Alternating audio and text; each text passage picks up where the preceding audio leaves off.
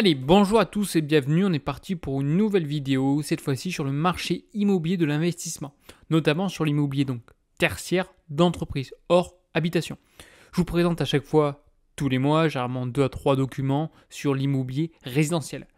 J'aimerais également faire la même chose sur l'immobilier d'entreprise. Pourquoi? Car vous avez vu sur la chaîne, on va créer également un portefeuille de REITs, c'est-à-dire aujourd'hui des foncières cotées en bourse.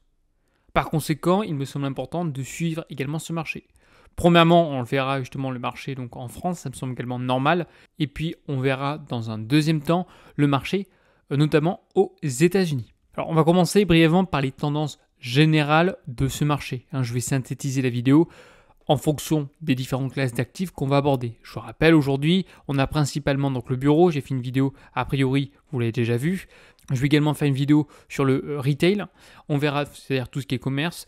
Par la suite, tout ce qui est logistique, je trouve qu'il est assez porteur aujourd'hui, du moins pour l'instant. Également, après, faire une petite conclusion générale. Alors, les nouvelles tendances d'hier, la norme de demain. Alors, je vous rappelle également, l'immobilier, ça change constamment. Les classes d'actifs évoluent, il y a de nouvelles classes d'actifs. Malgré que ce soit de l'immobilier, tout simplement apparaissent, comme par exemple les data centers. On va avoir également des rates liés au cannabis, par exemple. Donc, on a également bon nombre aujourd'hui d'actifs immobiliers évoluent au cours du temps. Comme par exemple les bureaux. En effet, aujourd'hui, la classe d'actifs des bureaux, on va voir ça, comme vous l'avez déjà vu, mais on va peut-être vite fait le revoir, on a une baisse aujourd'hui de la demande de bureaux. Alors au cours des 2 premiers trimestres donc de l'année 2024, on a un peu moins de 4,5 milliards d'euros contre 7 milliards la même période en 2023.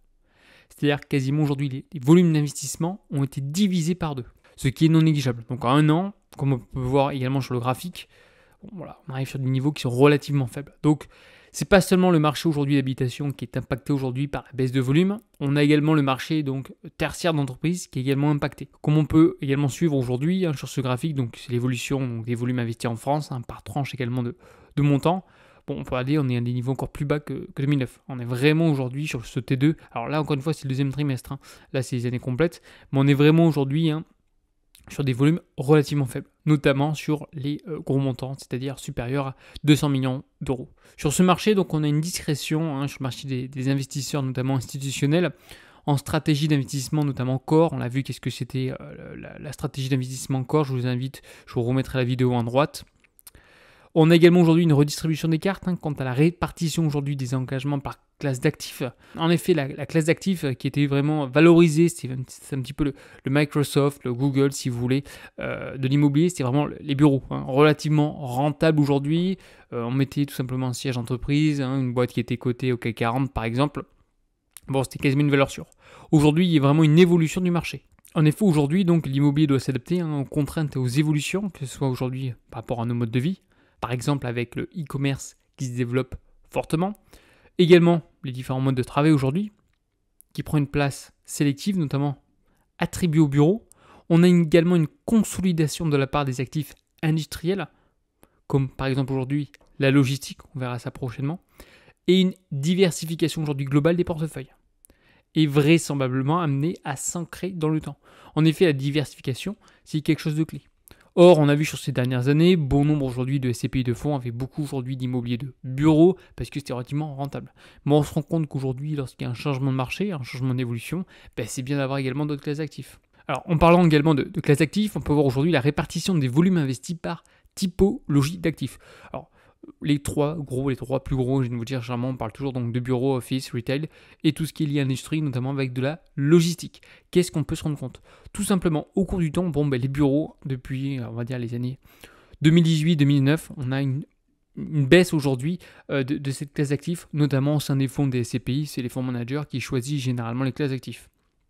En revanche, aujourd'hui, tout ce qui est commerce, je viens de vous dire, une légère augmentation au cours du temps, mais par contre, ce qui évolue fortement à la hausse aujourd'hui, c'est tout ce qui est donc industriel, par exemple les entrepôts. Il y a une très forte augmentation au cours du temps. Donc, il y a constamment aujourd'hui des changements, des nouvelles tendances, également dans l'immobilier, c'est pas que aujourd'hui dans les boîtes, dans les GAFAM et compagnie à suivre. L'immobilier, c'est pareil, elle doit également s'adapter au cours du temps en fonction des utilisateurs et de l'évolution, car tout ce qui est immatériel se traduit forcément par du matériel. Donc comme je vous le mentionne, les 1,6 milliard d'euros donc investis en actifs industriels, donc c'est une hausse, nous dirons quasiment plus de 50%, ce qui est quand même non négligeable. Alors, les étrangers confirment leur retour. On avait vu également qu'aujourd'hui, les étrangers avaient été très peu nombreux aujourd'hui sur le marché français. Bon, a priori, là, il y a un petit comeback. Bon, rien non plus d'exceptionnel. Il y a surtout aujourd'hui un dynamisme qui est particulièrement concerné, qui est particulièrement aujourd'hui observé sur de l'entrepôt logistique, comme je viens de vous mentionner aujourd'hui. Les investisseurs, notamment étrangers, n'hésitent plus maintenant à se diversifier. On a aujourd'hui tout ce qui est lié à l'hôtellerie qui se développe également de manière assez importante. C'était fortement délaissé via le Airbnb, etc. Puis aujourd'hui, on a quand même un retour aujourd'hui, notamment des hôtels. Au niveau de la part, donc comme d'habitude, investisseurs étrangers, investisseurs français, on est à peu près dans la moyenne. J'ai tissé, je viens de vous dire, une petite droite. Voilà, en général, on est en dessous de 40%, on est dans la moyenne. À peu près donc 37-63, donc un tiers, deux tiers. Alors maintenant, on va parler également des acteurs. Les acteurs qui sont quand même assez importants, ça va être surtout les fonds souverains. Ça, on va également en reparler sur la chaîne. Alors, c'est lié indirectement à l'immobilier, oui et non.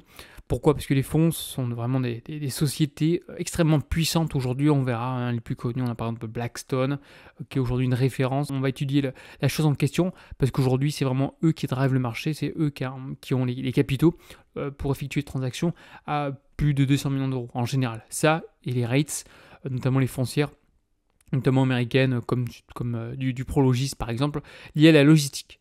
On en reparlera par la suite. Donc aujourd'hui, on a plutôt une baisse, notamment au niveau des investisseurs institutionnels, liée à la stratégie Core. Donc Core, comme j'ai déjà mentionné, c'est la stratégie où on est plutôt sur du cash flow, on ne va pas forcément chercher aujourd'hui le risque.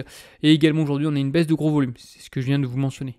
Par contre, on enregistre aujourd'hui donc des montants importants levés sur les stratégies donc value add, notamment de la part des investisseurs privés, notamment sur du family office. Pourquoi ? Parce qu'ils ont une souplesse notamment financière, ils sont beaucoup plus réactifs aujourd'hui. Une petite structure, on est plus agile, contrairement à un gros fonds, il y a plusieurs décisions, il faut que ça passe au N+1, etc., etc. Les petites sociétés, les petites family office qui cherchent, par exemple, on l'avait déjà vu également préalable sur la chaîne, on a également bon nombre aujourd'hui d'actifs, donc liés notamment aux entrepôts logistiques. On va voir également bon nombre de fonds, comme par exemple le fonds donc Ares Management, je vous dis, il y en a plein, on va les étudier, mais ils ont vraiment aujourd'hui un rôle, ils drivent vraiment le marché, et c'est eux qui font les grosses acquisitions aujourd'hui. Tout ce qui est SCPI ou PCI, moins de 50 transactions, on verra par la suite le pourquoi du comment. C'est bête, parce qu'ils arrivent aujourd'hui tout simplement à collecter quasiment plus rien. Donc évidemment, une SCPI qui collecte beaucoup, elle peut tout simplement investir, elle collecte plus rien. C'est plus compliqué, il faut faire de l'arbitrage. Voilà, c'est compliqué. Aujourd'hui, on en a quand même certaines qui résistent, qui font quand même de l'acquisition. On a par exemple Quorum, qui est relativement connu. Je trouve qu'elle est quand même relativement solide, cette SCPI en question. Encore une fois, ça reste de la SCPI. Comme vous le savez, je ne suis pas forcément fan, mais Quorum, c'est relativement connu, c'est plutôt solide. Comme je le mentionnais, donc une collecte des SCPI limitée, on arrive quasiment à plus bas depuis 2008-2009. Bon nombre aujourd'hui de ménages se méfient de l'immobilier, même d'entreprise. Voilà pourquoi il me semble judicieux, ce que je partage sur cette chaîne gratuitement, d'investir aujourd'hui sur des foncières ou pourquoi pas sur des fonds, on verra ça par la suite, qui ont tout simplement des capitalisations à plusieurs milliards, contrairement aux petites SCPI, je viens de vous dire, et qui sont ultra diversifiés et qui sont vraiment des leaders dans leur classe d'actifs. Par exemple, Prologis aujourd'hui dans les entrepôts. Donc aujourd'hui, c'est les SCPI diversifiés qui dominent, comme on l'a vu précédemment, je me répète un peu, mais la répétition, ça fait partie également du jeu. Les SCPI qui étaient concentrés sur une seule classe d'actifs, aujourd'hui, on réfléchit. Et on se dit, en cas également de retournement, c'est bien d'être diversifié.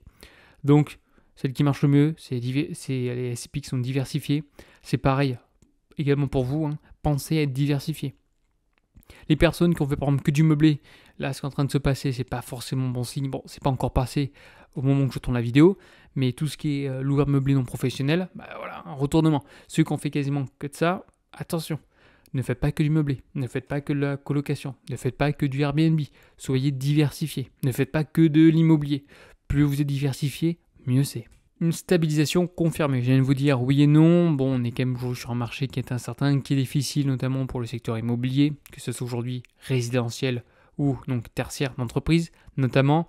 L'évolution des taux de rendement de prime, ça évolue légèrement à la hausse, mais ça se stabilise quasiment depuis 2 ans. Il n'y a rien de trop de particulier, on est entre 5 et 7, et ça va dépendre également de la classe d'actifs, notamment la logistique, c'est ce qui tire un peu le marché vers le haut. Et on avait également par la suite, généralement, on a le bureau. Tout ce qui est, je vous dis, immobilier d'habitation, s'y est pas parce que c'est tellement faible. Il y a très peu aujourd'hui de SCPI qui font de l'habitation parce que c'est relativement pénible à gérer. Et aujourd'hui, donc, qu'on soit très clair, l'habitation aujourd'hui, je ne vais pas dire que c'est pro-locataire, mais pas loin. C'est très compliqué aujourd'hui pour des acteurs de vraiment contrôler leur investissement de A à Z. Aujourd'hui, il y a un avantage sur l'immobilier, mais je ne vous dis vraiment pas de beaucoup. Au niveau donc notamment des obligations, il y a quand même des obligations avec des meilleurs rendements. Donc là, c'est le spread to prime par rapport au rendement obligatoire, donc obligataire. Allez, la vidéo sur la tendance de marché est finie. On a vu quand même que les perspectives sont pas non plus...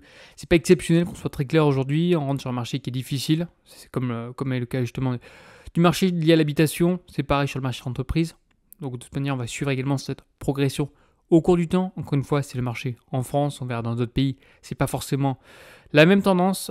On verra la prochaine vidéo. Ça sera donc pareil, le marché de l'investissement, mais cette fois-ci sur le commerce, c'est-à-dire le retail.